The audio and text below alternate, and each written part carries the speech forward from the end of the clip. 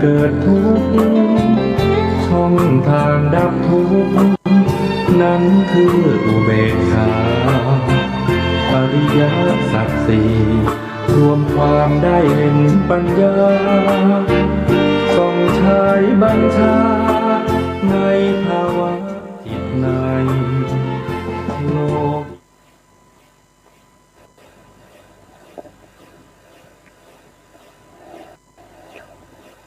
พุทธังสรณังกัจฉามิธัมมังสรณังกัจฉามิ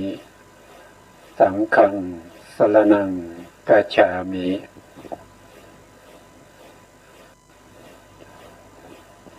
กราบนมัสการ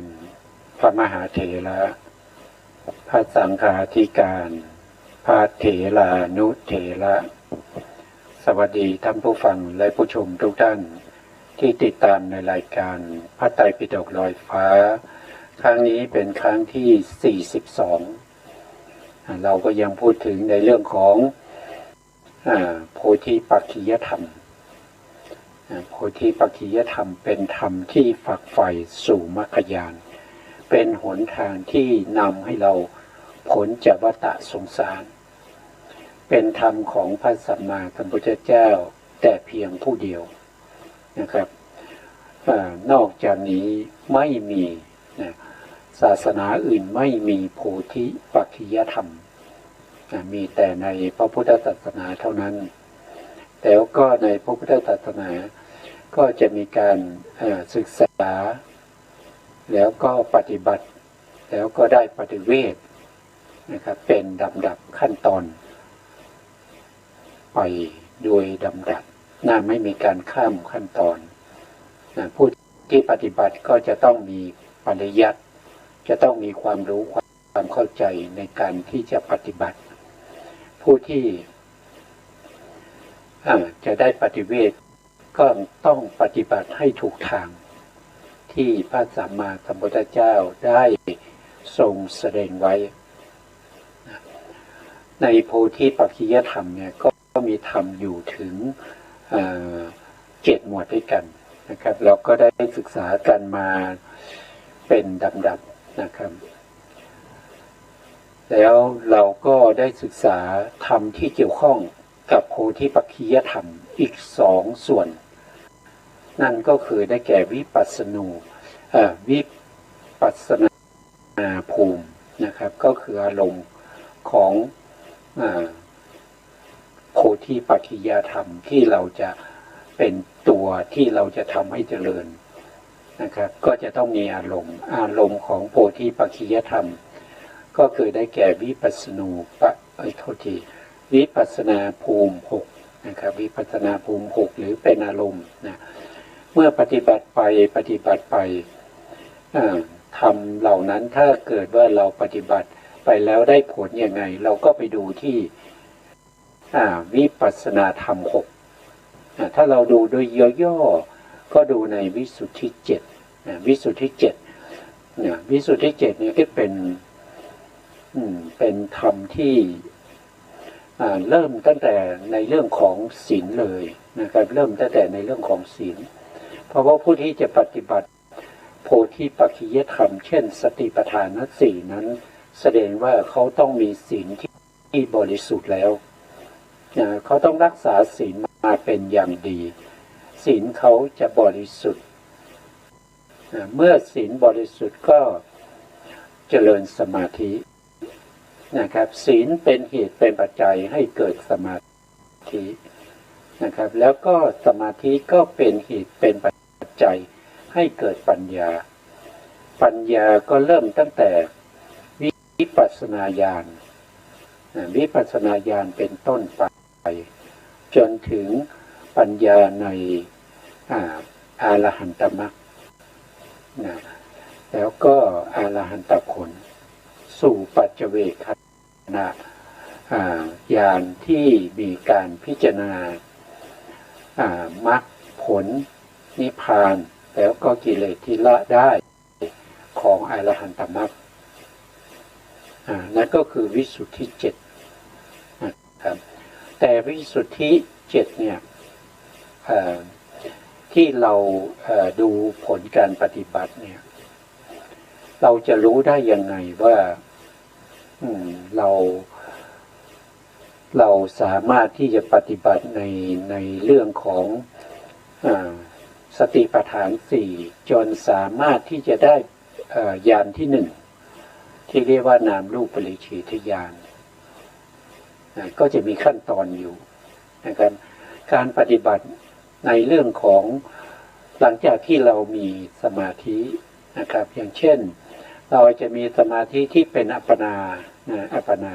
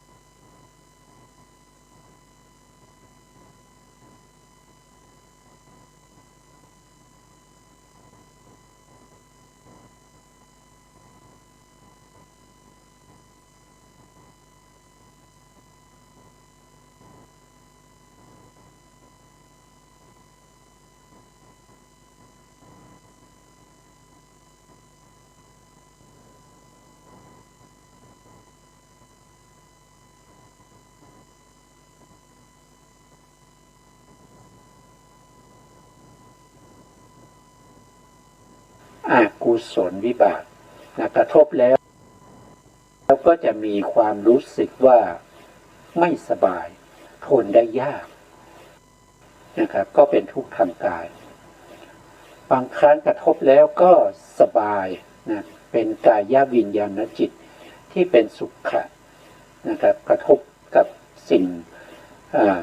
เหล่านั้นแล้วเกิดความสุขเพราะว่าเขาเป็นผลของกุศลวิบากแต่เขาอยู่ในฝ่ายที่เป็นอาเหตุกะเรียกว่าสุขกายวิญญาณจิตนะก็จะใช้สิ่งเหล่านี้แล้วทีนี้ตัวที่ไปกำหนดรู้ไปตามรู้ได้แก่อะไรนะครับก็คือได้แก่ตัวที่หนึ่งก็คือตัวสตินะตัวสติตัวที่สองก็คือได้แก่ตัวปัญญาสติกับปัญญาก็จะทำงานร่วมกันแต่สติกับปัญญาจะมีกำลังเห็นหรือว่ากระทบรู้สึกได้ชัดเจนนั่นก็จะต้องมีสมาธิก็คือเอกคตาต้องมีเอกคตานะครับเอกคตาเป็นสมาธิที่เข้าถึงความเป็นความมีกำลังที่เป็นอุปจารสมาธิเมื่อเกิดขึ้นในจิต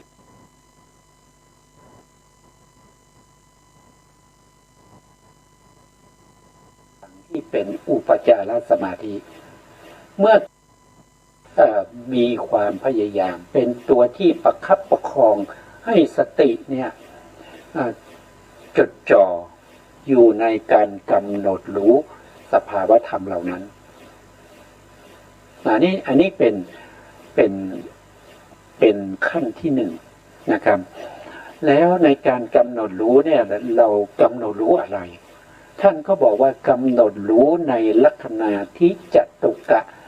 ของสภาวธรรมที่เป็นสังขารธรรมนั้นลักษณะที่จตุกะนั้นคือเป็นตัวที่เป็นเครื่องหมายให้เรารู้ได้ว่าอันสิ่งที่เรากำลังกำหนดรู้อยู่นั้นเป็นรูปหรือเป็นนามถ้าเป็นรูปแล้วเป็นรูปประเภทไหนเป็นมหาพุทธรูปหรือว่าเป็นอาโปเป็นเตโชเป็นวายุหรือว่าจะเป็นจักขุประสาทหรือว่าจะเป็นรูปารมณ์คันธารมณ์เรารู้ได้ยังไงเราก็รู้จากลักษณะคือเครื่องหมายหรือตัวที่เป็นตัวที่เป็นเครื่องหมายที่ให้เราจำได้ว่าสิ่งนั้นคือธาตุดินนะมหาพุทธรูปนะแต่ถ้าเราไม่มีเครื่องหมายลักษณะที่ให้จิตเข้าไปรู้เราก็รู้ไม่ได้มันก็จะเกาะกลุ่มกันเป็นกลุ่มเป็นก้อนเป็นคณะใช่ไหมครับเป็นคณะเมื่อเกาะกลุ่มกันเป็นคณะเนี่ยเราจะไม่เห็นนามรูปเลยเราจะไม่ได้นามรูปปริเฉทญาณนะครับเพราะว่านามรูปเขาเกาะกลุ่มกันเมื่อเกาะกลุ่มกันเป็นกลุ่มเป็นก้อนใจก็นึกถึงแต่เรื่องของความหมายนึกถึงแต่รูปร่างสันฐานว่านี้คือบุคคลตัวตนเป็นบุคคลเป็นตัวตนเป็นชีวะเป็นอัตตะเป็นเรื่องเป็นราวใครทำอะไรที่ไหนเมื่อไหร่อย่างไรก็จะออกไปในลักษณะอย่างนั้นแต่ถ้าเราสามารถที่จะรู้ได้ถึงเครื่องหมายลักษณะของสังคตธรรมเครื่องหมายที่เรารู้นั้นก็จะเป็นตัวที่เปิดเผยปรากฏชัดเจนในปัญญาของเราว่าสิ่งที่เรากำลังเห็นอยู่ไม่ใช่สัตว์ไม่ใช่บุคคลไม่ใช่ตัวตนนะไม่ใช่ชีวะไม่มีความหมายนะเป็นแต่สภาวะของความเป็นสีที่เราเห็นแต่ละครั้งเราก็เห็นแค่จุดของสีเพราะการเห็นของจิตแต่ละครั้งเขาเห็นแค่จุดเดียวเขาไม่ได้เห็นเป็นรูปภาพสันฐาน เขาเห็นแค่ครั้งละการเห็นวิถีหนึ่งที่เกิดขึ้นทางตาแล้วก็ลงไปสู่ทางใจที่เป็นอาติตะฆานวิถีหรือสมุหฆานวิถีนั่นคือการเห็นสีแค่จุดเดียวแต่การเห็นอย่างนี้เนี่ยโดยธรรมชาติของจิตเขาจะวนการเห็นทีละจุดทีละจุดจนจุดเหล่านั้นรวมกันที่เขาจะรวบรวมไว้ในวิถีที่ชื่อว่าสมุหฆานวิถีรวมกันออกมาเป็นรูปร่างสันฐานพอรวมกันออกมาเป็นรูปร่างสันฐานก็สามารถที่จิตนั้นก็จะนึกคิดไปถึง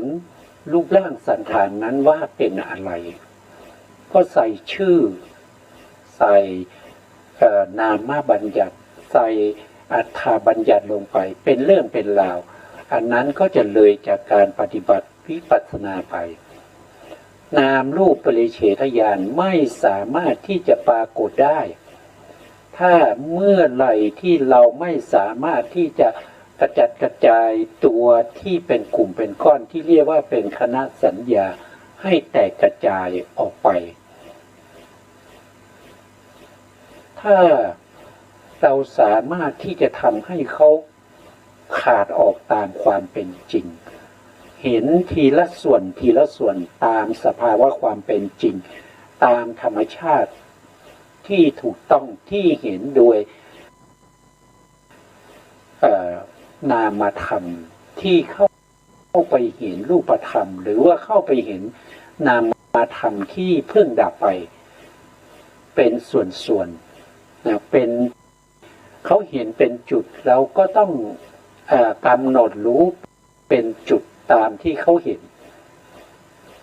อย่างนี้จะเป็นตัวที่ทำลายเสียคณะสัญญาคณะสัญญานั้นก็จะถูกทำลายกระจัดกระจายแตกออกเราก็รู้ได้ทันทีว่าที่เราเห็นเนี่ยมันเป็นรูปารมณ์เราเห็นรูปารมณ์เราไม่ได้เห็นผู้หญิงผู้ชายเราไม่ได้เห็นวัดเราไม่ได้เห็นวิหารเราไม่ได้เห็นพระเห็นชีเราไม่ได้เห็นสัตว์บุคคลนะครับแต่เราเห็นทีละครั้งทีละจุดเพียงแต่เป็นสีเป็นจุดเท่านั้นเองฟังดูก็ยากนะฟังดูก็ยากแต่ผู้ที่เขามีบุญบารมีที่เขาสะสมบุญบารมีมาเนี่ยเขาสามารถที่จะทำได้อย่างนั้นนะครับอันนี้ผมพูดเนี่ยผมมาจากไหนนะครับเราก็มาดูตรงนี้นะครับอันนี้ผมนำมาจากวิสุทธิมรรคนะวิสุทธิมรรคในเรื่องของนามรูปวัฏฐานนามรูปวัฏฐานนี้ก็คือนามรูปปริเฉทญาณนะครับปัจจุบันนี้เราเรียกว่านามรูปปริเฉทญาณแต่สมัยโบราณอาจารย์นี่ท่านจะเรียกว่านามรูปวัฏฐานหรือสังขารปริเฉทท่านบอกไว้ชัดเจนเลยนะครับตรงเนี้ยเนี่ยตรงเนี้ยท่านบอกว่านะครับอันนี้คือท่านพูดถึงบุคคลที่เขาเจริญสมาธิมาก่อนนะครับในข้อที่663เนี่ยนะครับโยคาวจรผู้ปรารถนาบรรลุทิฏฐิวิสุทธิทิฏฐิวิสุทธิก็คือนามรูปปริเฉทญาณหรือนามรูปวัฏฐานหรือสังขารเมื่อหลังจากที่ออกจากสมาธิที่เป็นฌานปฐมฌานทุติยฌานตติยฌานผู้ที่ได้ฌานแล้วมาปฏิบัติวิปัสสนาก็จะเรียกว่าเป็นสมถญาณิกและอีกพวกหนึ่งก็คือผู้ที่ไม่ได้เจริญวิปัสสนามาก่อนปฐมไม่ได้เจริญในเรื่องของสมาธิมาก่อนนะครับปฏิบัติวิปัสสนาโดยตรงเลยนั่นก็จะเรียกว่า วิปัสสนาญาณิกนะครับอันนี้ท่านพูดถึงบุคคลที่เจริญสมาทานมาก่อนได้ฌานมาก่อนแล้วก็ออกจากฌานนะครับผู้มีสมถะเป็นทางดำเนินก็คือปฏิบัติสมาธิมาก่อนได้ฌาน1 2 3แล้วก็ออกจากฌานนั้นมานะครับขั้นออกจากรูปาวจรฌานหรืออรูปาวจรฌานฌานใดฌานหนึ่งเว้นเนวสัญญานาสัญญายตนะแล้วก่อนอื่นเพึงกำหนดองค์ทั้งหลายของฌานมีวิตกอันนี้คือหมายถึงว่าเขาออกจากฌานมานะ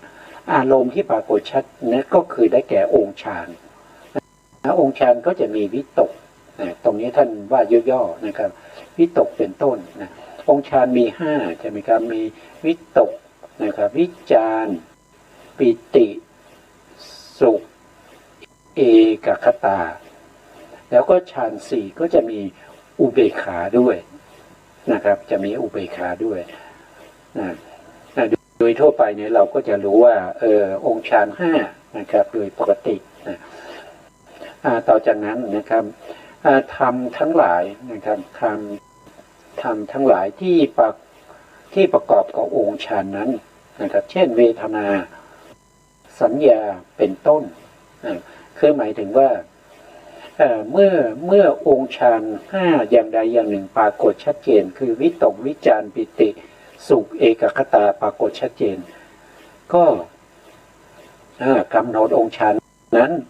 แต่บางครั้งองค์ฌานไม่ปรากฏชัดเจนแต่มีสภาวะธรรมอื่นที่ประกอบกับองค์ฌานนั้นที่ประกอบกับองค์ฌานนั้นปรากฏชัดเจนเช่นเวทนานะครับสัญญาสังขารอะไรพวกนี้นะครับปรากฏชัดเจนนะก็ให้กำหนดอารมณ์นั้น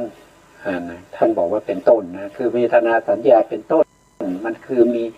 คำว่าเป็นต้นนี้ก็คือยกมาเป็นตัวอย่างมีอีกมากมายที่เขาประกอบกับองค์ฌาน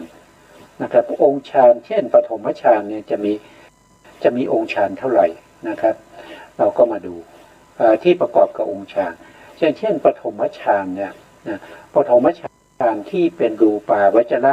กุศลจิตเนี่ยมีเจตสิกประกอบอยู่35เพราะนั้น35ถ้าเป็นองค์ฌานไป5ก็เหลืออีก30นะก็เหลืออีก30นั่น30นั่นก็คือสภาวะธรรมที่ประกอบด้วยองค์ฌานประกอบด้วยองค์ฌานแล้วก็ตัวจิตอีกเพราะว่าเขาเกิดร่วมกันมีจิตอีกหนึ่งนั่นแสดงว่ามีสัมปยุตธรรมที่ควรจะกำหนดรู้เมื่อเขาปรากฏชัดเจนเนี่ยถึง31สภาวธรรมนะครับเราเอาองค์ฌานออกไปแล้ว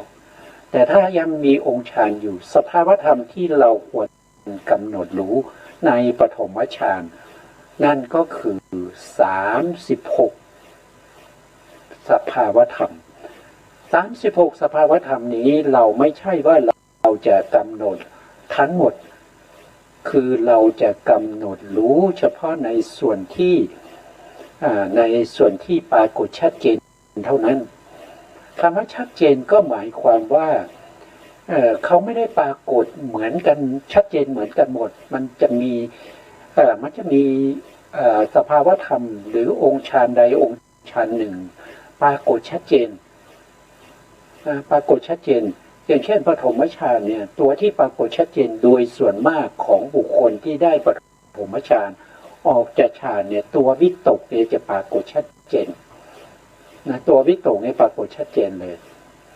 ถ้าวิตกไม่ปรากฏชัดเจนบุคคลนั้นจะไม่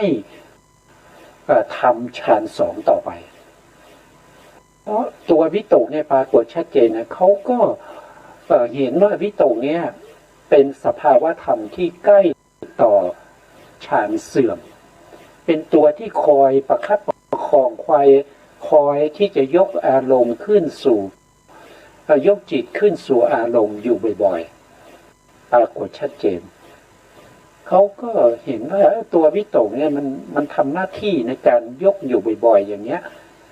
มันหยาบนะมันหยาบเพราะฉะนั้นตัวที่หยาบเนี่ยทำให้ไม่ได้ขึ้นชั้นที่ละเอียดขึ้นไปอีกเพราะฉะนั้นเขาจะต้องละวิตกอย่างเงี้ยเขาก็รู้อย่างเงี้ยเมื่อเขารู้เขาก็ละวิตกก็ขึ้นชั้นสองได้แต่ถ้าละวิตกไม่ได้เขาก็ได้แค่ปฐมฌานเมื่อไหร่เขาละวิตกได้เขาถึงจะขึ้นไปอยู่ฌานที่สองนั่นแสดงว่าตัววิตกเนี่ยชัดเจนนะแล้วก็ในการกำหนดรู้สภาวธรรมเหล่านี้เนี่ยที่เป็นองค์ฌานก็ตามเป็นสภาวธรรมที่เป็นสัมปยุตธรรมที่ประกอบองค์ฌานถึง31อย่างนั้นนะครับเรากำหนดรู้อะไรท่านก็บอกว่ากำหนดรู้โดยความเป็นลักษณะเนี่ยโดยลักษณะนะโดยลักษณะผมทำผมขีดเส้นแดงเอาไว้นะวงเส้นแดงเอาไว้ตรงนี้นะครับโดยความเป็นลักษณะเป็นรสนะครับเป็นรสเป็นต้นนะตรงนี้ก็คือหมายความว่ายังไงก็คือหมายความว่าลักษณะรสอาการปรากฏแล้วก็เหตุใกล้ให้เกิดก็คืออะไรก็คือตัวลัคนาที่จตุกานั่นเองเป็นเครื่องหมายของสังคตธรรมนะเป็นเครื่องหมายของสังคตธรรมให้เรารู้ได้ว่าสังคตธรรมนี้เขาเป็นสังคตธรรมก็จริงแต่เราจะรู้ต่อไปว่าเขาเป็นจิตเนี่ยเราก็จะรู้ต่อไปว่าเขาเป็นโลภะจิตนะเขาเป็นโทสะจิตนะเขาเป็นโมหะจิตนะเขาเป็นมหากุศลนะอย่างนี้เนี่ยเราจะรู้ได้ด้วยความกำหนดเครื่องหมายของธรรมเหล่านั้นถ้าเขาไม่มีถึง121ดวงหรือว่ามีมากกว่านั้นนะครับแต่ที่แยกมา121ดวงก็เพราะว่าจัดให้เข้าหมวดหมู่ในการศึกษาเล่าเรียนได้เกิดความรู้เข้าใจได้ง่ายเราไม่สามารถแยกได้เลยนะครับว่าจิตนี้เป็นโทสะจิตเป็นโมหะจิตเป็นโลภะจิตหรือว่าอันนี้คือเจตสิกนะนี่คือโลภะเหตุนะอันนี้คือโทสะเหตุนะนี่คือโมหะเหตุนะนี่อันนี้คือวิจิกิจฉานะนี่เป็นสภาวธรรมที่เป็นมานะเย่อหยิ่งจองหองอย่างนี้เรารู้ไม่ได้ถ้าเขาไม่มีลักษณะซึ่งเป็นเครื่องหมายที่กำหนดให้เรารู้แยกสังขารธรรมเหล่านั้นลงไปในรายละเอียดเราจะรู้ไม่ได้แต่ด้วยเขามีลักษณะประจำตัวของเขาที่เรียกว่าวิเศษลักษณะของใครของมันไม่เหมือนกันพอเห็นนั้นเราจึงรู้ได้ว่าอันนี้คือจิตอันนี้คือเจตสิกอันนี้คือรูปเนี่ยเราก็แยกได้ด้วยวิธีนั้นแต่วิธีนั้นก็คือลัคนาที่จตุกะตรงนี้นะลัคนาที่จตุกะก็มีลัคนาที่จตุกะเนี่ยก็มีโดยที่ผมรวบรวมมาตรงนี้ก็จะเป็นลัคนาที่จตุกะของจิตและเจตสิกว่าโดยตัววัตถุธรรมแล้วก็มีอยู่ทั้งหมดอยู่72ประการด้วยกันใน72ประการนี้ในส่วนที่เป็นนิพพานเราก็ไม่เอานะครับก็เหลืออยู่71สภาวธรรมนะโดยตัวจิตเนี่ยเราจะนับอย่างด้านสภาวะเขามีแค่หนึ่งเดียวไม่ว่าจิตดวงไหนก็ตามที่เกิดขึ้นมาเขาจะมีสภาวะเหมือนกันหมดนั่นคือวิชานะลักขณังนะครับวิชานะลักขณังจะอยู่ในวินสัญญาสังขารเนี่ยนะครับอันนี้ก็จะเป็นลักษณะของจิต จิตถึงจะมีมากมายยังไงก็ตามจะมีลักษณะที่เราเรียกว่าลักษณะที่จตุกาศนะครับของจิตเนี่ยก็มีอยู่อย่างเดียวนั่นคือวิชานะนะลักขณังมีการรู้อารมณ์เป็นลักษณะเป็นพิเศษนะพิเศษประจากอะไรจากสัญญาแล้วก็ปัญญาคือการรู้อารมณ์ของเขาเนี่ยไม่เหมือนกับสัญญานะครับไม่เหมือนกับปัญญาสัญญานี่เป็นการรู้จำได้นะแต่วิญญาณเขาจะรู้มากกว่านั้นอีกแต่ปัญญาก็จะเป็นสภาวะธรรมที่รู้แจ่มแจ้งแต่ในที่นี้พูดถึงเฉพาะจิตก็เอาเฉพาะจิตเท่านั้นเองนะครับจิตมีลักษณะน้อมไปสู่อารมณ์คือรู้อารมณ์เป็นลักษณะแล้วก็จิตยังทำหน้าที่เขาเป็นประธานเขาเป็นในประธานในสัมปยุตธรรมก็คือเวลาเกิดร่วมกันกับเจตสิกเนี่ยเขาจะเป็นประธานนะเขาเป็นประธานของสภาวธรรมนั้นจิตหนึ่งดวงมีเจตสิกมาประกอบมหากุศลก็จะมีเจตสิกมาประกอบ38ถ้าเป็นโลภะก็จะมีจิตมาประกอบมีเจตสิกมาประกอบกับจิตอยู่19หรือ20อย่างเนี้ยถ้าเป็นโมหะก็จะมีเจตสิกมาประกอบอยู่15เนี่ยก็เป็นตัวประกอบประกอบกับอะไรประกอบกับจิตในสภาวธรรมเหล่านั้นตัวจิตเขาก็จะเป็นประธานนอกจากนั้นในปฏิสนธิการคือการเกิดของสัตว์ทั้งหลายเป็นครั้งแรกจิตที่เกิดขึ้นครั้งแรกแล้วก็มีกรรมชรูปเกิดขึ้นครั้งแรกในภพนั้นด้วยเขาก็ยังเป็นประธานของกรรมชรูปด้วยอันนี้คือหน้าที่ของจิตนะครับเพราะฉะนั้นท่านก็ไม่ได้นำมาใช้นะเพราะว่าเราพิจารณาแค่ลักษณะที่จตุกะ4อย่างนี้ก็เพียงพอในการที่จะสามารถเห็นนามรูปได้เข้าถึงนามรูปปริเฉทญาณได้เข้าถึงนามรูปปริเฉทญาณได้หนึ่งคือน้อมไปสู่อารมณ์นะครับรู้ว่าอารมณ์เป็นลักษณะ2คือเป็นประธานของเจตสิกและกรรมชรูปอันนี้เรียกว่าเป็นหน้าที่เป็นกิจของเขาแล้วอาการปรากฏของเขาล่ะอาการปรากฏก็คือปฏิสนธิปัจจุปฐานหนังมีการสืบต่อกันระหว่างภพเก่ากับภพใหม่เป็นอาการปรากฏในปัญญาของบัณฑิตทั้งหลายก็คือหมายความว่าจิตที่เป็นจุติจิตในภพก่อนดับไปจิตนั้นก็จะเกิดใหม่อีกในภพใหม่ครับในภพใหม่ก็คือเปลี่ยนสภาพของความเป็นบุคคลแล้วนะคือเดิมทีนะสมมติว่าเราเป็นมนุษย์ใช่ไหมเราตายจากความเป็นมนุษย์เราก็จะไปเกิดใหม่เพราะเรายังไม่ได้เป็นพระอรหันต์เราไปเกิดใหม่เราอาจจะไปเกิดเป็นมนุษย์ก็ได้แต่เราไปเกิดเป็นมนุษย์เราไม่ใช่บุคคลเก่าเราอาจจะไปเกิดในประเทศอื่นก็ได้เกิดเป็นฝรั่งนะครับเกิดเป็นคนจีนคนอินเดียนะครับหรือว่าไปเกิดเป็นคนรัสเซียแล้วมันก็กลายเป็นบุคคลอื่นแต่ไปจากไหนก็ไปจากบุคคลที่เป็นคนไทยปัจจุบันนี้ที่กำลังตายนะพอตายแล้วจิตก็จะดับลงในประเทศไทยนี้ทั้งหมดนะครับแล้วก็รูปร่างกายทั้งหลายก็ทิ้งไว้ในประเทศไทยนี้แต่ก็มีจิตที่สืบต่อจากจิตที่เป็นจุติจิตในประเทศไทยที่เพิ่งดับไปนี้ไปเกิดต่อในประเทศรัสเซียเป็นจิตอีกดวงหนึ่งนะครับไม่ใช่ดวงเดียวกันนะครับ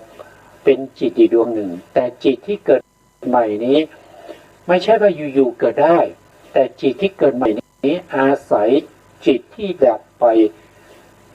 จิ ตที่เป็นคนไทยที่ดับไปตายไปเพิ่งตายไปนี้เป็นเหตุเป็นปัจจัยให้เขาไปเกิดใหม่ในประเทศรัสเซียด้วยอำนาจของอานันตระปัจจัยเนี่ยก็ไปเกิดใหม่แล้วก็ลูกร่างกายของคนไทยที่ตายในประเทศไทยก็ทิ้งไว้ญาติพี่น้องก็ไปเผาชาปนกิจแต่เขาก็ไปได้ลูกใหม่ที่เป็นชาวรัสเซียลูกใหม่ที่เกิดครั้งแรกนั้นที่เกิดพร้อมกับจิตดวงแรกเราก็จะเรียกว่าเป็นกัมมัชลูกกัมมัชลูกแล้วก็ปฏิสนธิจิตพร้อมด้วยเจตสิกอื่นๆที่เกิดร่วมกันตรงนั้นก็เป็นบุคคลใหม่ไปแล้วหรือว่าอาจจะตายจากความเป็นมนุษย์ไปเกิดเป็นเทวดาทั้งจิตทั้งเจตสิกทั้งรูปร่างกายต่างๆที่เป็นมนุษย์ก็จะทิ้งไว้ที่มนุษย์จะไม่นำไปด้วยจะไม่นำไปเกิดที่ภพภูมิที่เป็นเทวดาเมื่อไปเกิดเป็นเทวดาก็จะมีจิตดวงใหม่นะครับแล้วก็ร่างกายใหม่ที่เกิดขึ้นครั้งแรกที่ภพภูมิเทวดาแต่จิตดวงใหม่แล้วก็ร่างกายที่เป็นเทวดาที่เกิดขึ้นครั้งแรกนั้นจะเกิดขึ้นไม่ได้เลยถ้าจิตและก็ร่างกายของบุคคลที่เป็นมนุษย์ยังไม่ดับไปยังไม่ตายยังไม่เคลื่อนไปจะเกิดดวงใหม่ไม่ได้เขาจะสืบต่อกันอย่างนี้นะครับเพราะฉะนั้นตายหนึ่งก็เกิดหนึ่งไม่ใช่บางคนตายหนึ่งไปเกิดเป็นสองเป็นสามไม่ใช่นะไม่ใช่อันนั้นก็เป็นลัทธิของเขานะครับไม่ใช่คำสอนของพระสัมมาสัมพุทธเจ้านะครับเพราะลักษณะอย่างนี้ที่เรียกว่าลักษณะที่จตุกะเหล่านี้เป็นเหตุเป็นปัจจัยให้เรารู้แล้วถ้าเป็นรูปนะรูปมีถึง28เป็นรูปไหนล่ะถ้าไม่มีลักษณะที่จตุกะเราไม่สามารถแยกรูปแยกนามได้เราไม่สามารถเข้าถึงนามรูปปริฉีทญาณได้เพราะฉะนั้นเนี่ยคนที่ไม่รู้เขาก็จะเจริญวิปัสสนาเขาไม่รู้เหล่านี้หรอกแต่เขาก็ไปเจริญก็ไม่รู้ว่าเขาปฏิบัติอะไรนะครับถ้าเขาไม่รู้ไม่มีปริยัตินะคือไม่มีปริยัติคือไม่มีสัจจญาณคำว่าสัจจญาณกับปริยัติเนี่ยก็คือคำก็คืออันเดียวกันนะครับเพียงแต่ต่างกันเท่านั้นเองคือเราไม่รู้อย่างเช่นเราจะทำนาสมมติว่าเราจะทำนาเราไม่รู้เรื่องเกี่ยวกับนาเลยนะครับเราไม่รู้ว่าเราทำนาเนี่ยเราจะต้องมีที่ดินนะที่เป็นนาก็จะมีนาดอนนาลุ่มนาดอนใช่ไหมครับที่บางครั้งก็ต้องใช้น้ำมากบางครั้งก็จะใช้น้ำน้อยอย่างเช่นเขาปลูกข้าวในตามเขาเนี่ยเขาก็ใช้น้ำน้อยเราไม่รู้เรื่องพวกนี้เลยเราไม่รู้ว่าการทำนาอย่างในท้องนาเนี่ยเราจะต้องมีการไถมีการเก็บวัชพืชเราจะต้องทำให้ดินในนาเนี่ยมันเหลวมันกลายเป็นเลนไม่ใช่นะไม่ใช่ดินที่เป็นก้อนในการที่จะไปหว่านไปปลูกข้าวอย่างเงี้ยเราไม่รู้เราจะทำยังไงล่ะเราจะปฏิบัติได้ไหมเราจะทำได้ไหมไม่มีใครสอนไม่มีใครบอกเนี่ยเราจะทำได้ไหมความรู้เหล่านั้นแหละที่เราเรียกว่าเป็นปริยัติเป็นสัจจญาณ ที่เราต้องรู้ก่อนถ้าเรารู้สิ่งเหล่านี้เราก็ไปประพฤติปฏิบัติได้ง่ายเราก็ไปทำนาได้ง่ายเพราะเรามีความรู้เรารู้ว่าทำนาจะต้องทำช่วงเดือนนี้ช่วงที่ฝนตกนะครับหรือว่าในช่วงที่เขื่อนมีน้ำพอที่จะส่งมาให้เราทำนาได้ใช่ไหมเราต้องใช้น้ำมากในการที่จะหล่อเลี้ยงต้นข้าวอย่างเงี้ยเราจะต้องมีการไถมีการหว่านแล้วก็ต้องมีการปักดำสิ่งพวกนี้เราต้องรู้นะครับถ้าเราไม่รู้เราทำไม่ได้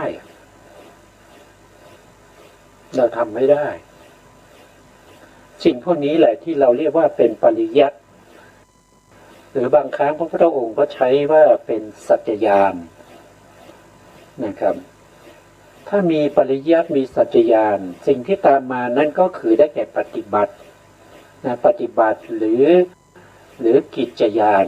นะครับก็คือกิจที่เราต้องทำเราทำอะไรฟังเราต้องศึกษาให้รู้ให้เข้าใจถ้าไม่รู้ไม่เข้าใจต้องสอบถามต้องสนทนาต้องพูดคุยให้รู้ให้เข้าใจให้ได้เท่าที่เราจะทำเป็นอย่างน้อยนะถ้าเราไม่รู้ไม่เข้าใจเราก็ทำไม่ถูกอ่ะมีใครที่ไม่เคยได้ยินได้ฟังมาก่อนแล้วก็ทำถูกเนี่ยมีใครก็มีเฉพาะพุทธะเท่านั้นเองมีอยู่2 บุคคลนะครับที่ไม่เคยได้ยินได้ฟังมาเลยแต่ทำได้นั่นก็คือได้แก่พระสัมมาสัมพุทธเจ้าไม่เคยได้ยินได้ฟังมาเลยแต่ทำถูกนะครับแล้วก็อีกบุคคลหนึ่งก็คือได้แก่พระปัจเจกพุทธะอันนี้ก็ไม่เคยได้ยินได้ฟังมาเลยแต่สามารถที่จะทำถูกแล้วก็ได้ปฏิเวทด้วยก็จะมี2 บุคคลถ้าเราสร้างบารมีมาเพื่อความเป็นพระพุทธเจ้าหรือว่าเราสร้างบารมีมาเพื่อความเป็นพระปัจเจกเมื่อบารมีเราเต็มเนี่ยเราก็ไม่ต้องไปฟังธรรมจากใครเราไม่ต้องไปเสียเวลาที่จะนั่งฟังนะเราก็ประพฤติปฏิบัติน้อมใจไปก็ได้มรรคได้ผลก็ไม่ก็เนื่องจากเราศึกษามามากแล้วเราสะสมปริยัติสะสมสัจญาณมามากแล้วในอดีตชาตินะครับเราก็ได้เคยบวชเป็นพระภิกษุในพระพุทธเจ้าในองค์อดีตก่อนได้ศึกษาพระธรรมคำสั่งสอนของพระพุทธองค์มาโดยตลอดนะครับหรือว่าในสมัยในยุคที่ไม่มีพระพุทธเจ้าแต่คำสอนของท่านยังมีอยู่อย่างเช่นปัจจุบันนี้คำสอนของท่านก็ยังมีอยู่ยังเจริญบริบูรณ์อยู่เราก็ศึกษาจากพระไตรปิฎกนะครับอรรถกถาหรือว่าอรรถกถาอธิบายไม่เข้าใจแล้วก็ไปดูฎีกาเราดูแล้วก็ยังไม่เข้าใจก็ไปดูอนุฎีกาไปดูโยชนาคันธีต่อไปอย่างเนี้ยนะครับก็สามารถที่จะทำให้เราเกิดความรู้ความเข้าใจเป็นสัจญาณเป็นปริยัติสามารถนำไปประพฤติปฏิบัติได้แต่ถ้าไม่ศึกษาเนี่ยมันก็ไม่มีหนทางนะครับมันก็ไม่มีหนทางเราก็พูดถึงในเรื่องของลัคนาธิจตุกะซึ่งเป็นอารมณ์ของการปฏิบัติวิปัสสนาเพื่อให้ได้มาซึ่งนามรูปปริเฉทญาณนะครับอันนี้ก็เป็นเรื่องของจิตนะจิตทั้งหมดจะมากมายแค่ไหนก็มีลักษณะอย่างเดียวนั่นก็คือน้อมไปสู่อารมณ์หรือรู้อารมณ์นะแล้วก็มีกิจก็คือเข้าเป็นประธานในสัมปยุตธรรมทั้งหลายแต่ในขณะที่ปฏิสนธิการเขาก็เป็นประธานให้แก่กรรมมัชรูปด้วยนะแล้วก็เวลาที่เขาเกิดขึ้นเนี่ยเขามีอาการปรากฏมีอาการปรากฏนั่นก็คือการสืบต่อ ระหว่างภพเก่ากับภพใหม่นั่นคือเราพูดถึงการเกิดขึ้นครั้งแรกนะครับหรือถ้าเป็นกุศลจิตที่เป็นชวนะหรืออกุศลจิตเขาก็เกิดขึ้นจากโยนิโสมนสิการหรือว่าอโยนิโสมนสิการสภาวธรรมที่เขาเกิดขึ้นก็เขาอาศัยสิ่งเหล่านี้อาศัยเหตุไกลนั่นก็คือได้แก่อัธยาศัยอุปนิสัยของบุคคลคนนั้นที่เขามีอัธยาศัยเป็นกุศลมากจิตเขาก็จะเป็นชวนะที่เป็นกุศลแต่ในอดีตชาติเขาสะสมในเรื่องของอกุศลมามากจิตของเขาก็จะน้อมไปในเรื่องของอกุศลน้อมไปในเรื่องของโลภะโทสะโมหะมากนะครับแล้วก็เวลาที่เขาเกิดขึ้นเขาอาศัยอะไรเป็นเหตุใกล้เหตุใกล้ให้เขาเกิดนะครับก็คือได้แก่สังขารละวาวัฏฐาลัมมณะปัฏฐฐานังมีสังขารสามเป็นเหตุใกล้สังขารสามนี้ก็ได้แก่ก็มีอยู่ในปฏิจจสมุปบาทก็พูดถึงบุญญาภิสังขารบุญญาภิสังขารเนญชาภิสังขารแต่ถ้าว่าโดยทั่วไปก็พูดถึงสังขารสามนั่นก็คือกายสังขารวจีสังขารจิตตสังขารที่เราทำกรรมไปด้วยกายกรรมวจีกรรมมโนกรรมนั่นแหละเป็นเหตุเป็นปัจจัยให้เกิดจิตภายหลังจิตภายหลังที่เกิดขึ้นนั้นก็เป็นผลของการกระทำที่เราได้ทำไปทางกายเรียกว่ากายกรรมทางวาจาเรียกว่าวจีกรรมทางใจเรียกว่ามโนกรรมเกิดเป็นจิตเกิดขึ้นมาในภพใหม่ก็เรียกว่าเป็นวิปากจิตอย่างนี้นอกจากนั้นนะครับท่านอย่าบอกคำว่าวาหรือนะครับหรือท่านไม่ได้หมายถึงว่ามีเฉพาะสังขารยังมีวัตถุด้วยนะก็คือวัตถุรูปหกวัตถุรูปหกก็คืออย่างเช่นจักขูวิญญาณจิตที่เห็นนะเขาต้องอาศัยวัตถุที่เขาอาศัยก็คือจักขูวัตถุจักขูวัตถุก็คือปัสสัตตานั่นเองเขาต้องอาศัยปัสสัตตาถึงจะเห็นอะไรเห็นรูปารมณ์นะครับโสตวิญญาณได้ยินเสียงเขาก็ต้องอาศัยโสตวัตถุคานะวิญญาณได้กลิ่นเขาก็ต้องอาศัยวัตถุนั่นก็คือคานะวัตถุชิวหาวิญญาณรู้รสเขารู้รสได้ยังไงเขาก็อาศัยวัตถุที่เป็นชิวหาวัตถุเขารู้เย็นร้อนอ่อนแข็งหย่อนตึงได้อย่างไรก็เขาอาศัยวัตถุเขาอาศัยอะไรก็อาศัยกายวัตถุตัวที่รู้คือกายวิญญาณ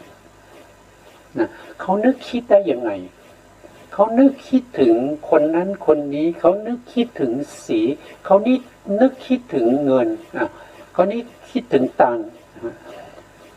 เขานึกคิดถึงเพื่อนหรือนึกคิดถึงใครก็ตามเขาก็ต้องอาศัยวัตถุนั้นเรียกว่าหัตถยวัตถุนะครับวันนี้เวลาหมดนะครับเราก็จะต้องมาพูดกันในครั้งต่อไปนะครับวันนี้เวลาหมดแล้วนะครับสุดท้ายนี้ขอกราบขอบคุณพระครูสมุทรวิสุวัฒน์วรกิจโจผู้อำนวยการสถานีวิทยุเพื่อการศึกษาพระพุทธศาสนาและวัฒนธรรม FM 104.5 ไม่เกิดวัดฝ่ายหินจังหวัดเชียงใหม่และขอกราบขอบพระคุณพระครูปริยัติยานุศาสตร์ขอบคุณท่านผู้ฟังและผู้ชมทุกท่านที่ติดตามในรายการพระไตรปิฎกลอยฟ้าพบกันใหม่ในโอกาสต่อไปครับวันนี้ลาไปก่อนครับสวัสดีครั